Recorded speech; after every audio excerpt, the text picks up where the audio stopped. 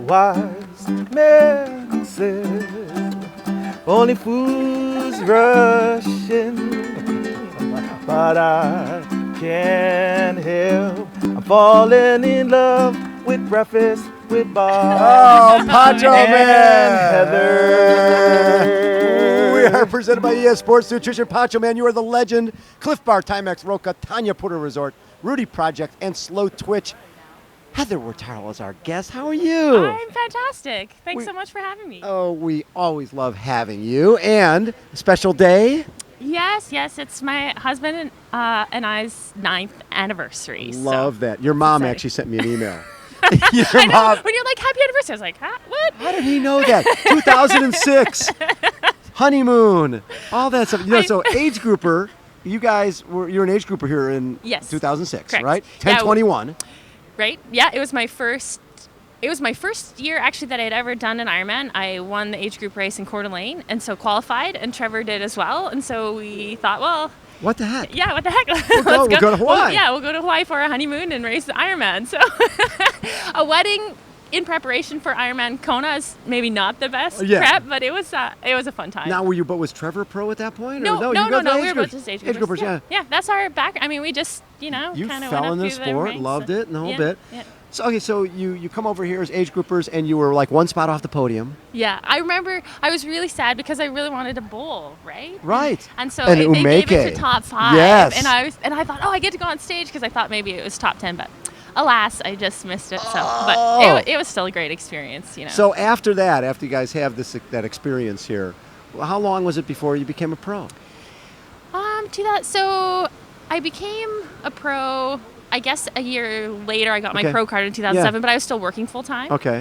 And we didn't commit to the sport 100% and, do it full time until 2008, 2009. Okay. So winning Ironman Coeur d'Alene in 2007 kind of lit the fire under my butt, being like, hey, if I was actually training full time, What could I do? What could I do? Yeah. So then we made the leap. And then, yeah. Well, and then basically moved into the motorhome and Right. traveled around. Yeah. And that's a commitment when It you're was. you're basically we're getting rid of everything we own. If it doesn't fit in the motorhome, it's going in storage or we're selling it. Yeah. I mean, it's what enabled us really to survive as pro triathletes that were new to the sport and just you didn't want to have a mortgage, you didn't want to have payments. So that's what we did. And it was, we were in that for 5.5 years, like full time. It was Yes. our only residence. And then just How tough was that? Let's close quarters. How big is that thing? It was just 23 feet. Yeah, so it was small. But we're pretty easygoing, and it was sort of just like, when you get rid of all that stuff, you realize you can be very happy with very little, And you spend most of your time outside training anyway. So what do we do in there? We cook and You sleep. right? That was it. So, and the biggest expense as a triathlete was traveling to races and paying for accommodation and whatnot. So when we could drive, because there's so many good races in Western North America we saved all that expense, right? And so it was pretty cool that we've now owned an actual non-mobile home. You have an actual BC. house? Yeah, we have an actual house back in Kelowna, BC that we've had for a little over a year now. So, and that's literally the house that triathlon bought. Yes. So it was pretty cool to be like, hey, wow, we, earned enough money in the sport to actually be able to buy a home. And you think about it So, now, it's there's pretty 40 cool. full Ironman races. There's 80 70.3s.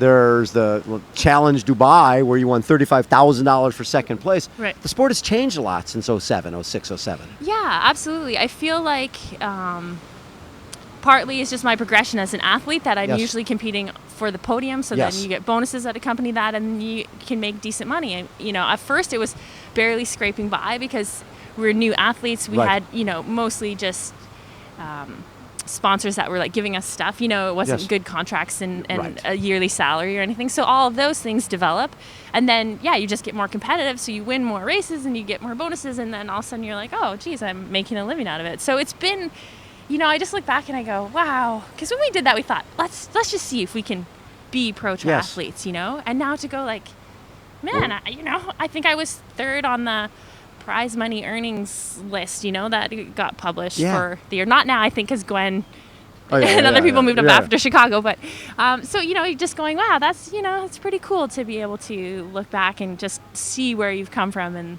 So And not only that, but you're still going this way, right? If you look that's at this right, year, that's right, getting yeah. second at Dubai and then second at 70.3 Worlds. right. At Yeah. the Daniela Reef both times. Darn her. I know. What the heck's she doing around here? I know.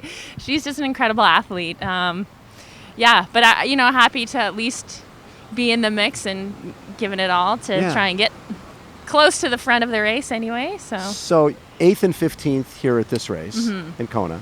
And I know you're not, you'd like to do better. And Yeah. obviously, showing what you've done with racing against Daniela at other races, you certainly can do better. What have you done differently this year in training? Yeah, well, part of my approach this year was different was in the past I loved Ironman Coeur d'Alene and I would go back and try Right. and defend my title there and win that one. But it was in June and my coach just felt that was a little too close to recover properly from that Ironman and then have a really good training block for 70.3 Worlds, which I also wanted to do, and this And race. Kona, right. So I did Texas this year, which was 2 weeks after I won the North American Champs in St. George. Yes. So that was a bit of a tall order to have a good race at both of those. But I got my Ironman qualification out of the way and had some practice in some hot and humid conditions, Yes. really competitive, on some pretty tired legs. So I came away 7th there, but learned a lot on the day just about hydrating and battling through sort of not feeling good, which I think is a key thing here. I feel like this course is so psychological, just knowing, Yes. okay, hot and humid and the conditions are incredibly challenging, and just being able to be in the right headspace and know the right decisions to make every point of the day Yes. that you can just keep going to your potential. I feel like, so having that break of training, so being done my Ironman back in May, Mm-hmm. then having a really good block, and then right after 70.3 Worlds, I was here for a little over 3 weeks. Oh, so you did a training block Yeah, here. so I did a training block here so I could really get my hydration dialed. I have an incredibly high sweat rate and I'm tall, so I have a lot of surface area to keep cool. So, Surface area. I love that. so it was important for me to just, Yeah. Okay, I have to drink this much water and I have to take this much salt and get that real. And just also feeling, when you've had, I think it's interesting. I think part of why Rini has such sort of an advantage is psychological. She comes here and goes like, I win on this course. Like, I just dominate on this course. And it's got to be an amazing positive feeling. Never been off the podium. Right. And Yeah. when you come and you're like, oh, I suffered so bad, I was like there 8th and and that, 15th, like, and yeah. And so you have these times of struggle sort of seared into your memory, and it's just like flipping the script and turning it into like feeling positive, Yes. And so that was something that I did a lot of work on, is just, okay, believing that I can deal with the conditions, and then seeing how I adapted to the heat over those 3 weeks, and like, oh, okay, yeah, I can perform in handle this. this. And yeah, and then I went back to San Diego to taper just to get away from the zoo, which I think was also a good call, just to really properly rest and get away from the scene. So I got Yes. back last night. So now Oh, it's so you just just got time to back. go. Yeah. So, So- yeah, it's funny because people come here now for a month beforehand. Right. And then so you're sort of training and having coffee with the people you got to beat in a few weeks. You're right. Yeah, it was That's getting, hard. even at the end of the 3 weeks, it was like, oh, okay, I'm at the pool and there's Leanda Cave and Carolyn Stefan Really? and whatever, and it's fine. And you just sort of focus your own work. But of course you're going like, Oh, yeah, they're showing she's pretty even well. passed me pretty quickly. They're like, oh yeah, and stuff like that. So yeah, but it was good. Yeah, I think I did. You come to this race and you always feel like you've done everything you can do to try and have your best performance on the day. Exactly. Going through the process of we're age groupers, we're fledgling pros, we're living in a motorhome, and it's a step-by-step process for you guys. Yeah. Has that made it, you appreciate it more because it didn't all come so fast? Yeah, I think we do have a unique perspective on the sport because we had normal jobs and normal lives that we sort of gave up to do it. Yes. So we know, and people go, oh, you're a pro, you're so lucky. It's like, no, I've been through the whole like age group thing where you're working long days and trying to squeeze in all your training. So you can appreciate that aspect of it. And you know how much sacrifice it took to get to where you want to be, and yet you go, oh my goodness, I get to do this for a living. So you really try not to take it for granted. So I think it's something that you really can look back and appreciate all the steps that, The other thing, you've had so much success at that, 70.3 distance, right? Or the half Ironman distance. Is it hard? Because a lot of times people go, okay, I'm an Ironman athlete. I've got to do more Ironmans to really refine that. Right. But then they can lose their speed. Right. Where if you're focusing on 70.3 and even Olympic distance, you keep that speed and figure, okay, I have to do an Ironman, but the nutrition stuff isn't as important as being fast. Right. Yeah, for me, I almost was kind of opposite. I feel like a lot of people, I started out mostly doing fulls, and Yes. had more Ironman wins. Yes. I think I had 3 Ironman wins before I won a 70.3. Right. Timberman back What do several you have? years ago. You have But 6 now, Ironman wins? 6 Ironman Yeah. wins, and now I have like 13 half Ironman wins. So I kind of went from doing longer and being successful at that distance Yes. to like, okay, now actually I have the run speed and to be competitive in halves, and then I've sort of got better at those. So it's interesting. I think halves definitely make you better at racing. Yes. Yes. Yeah, yeah. whereas a full is sort of like, oh, okay, it's more about Get my pacing nutrition and and decision. my Exactly. wattage. Especially here. Yeah, you really Yeah. have to think.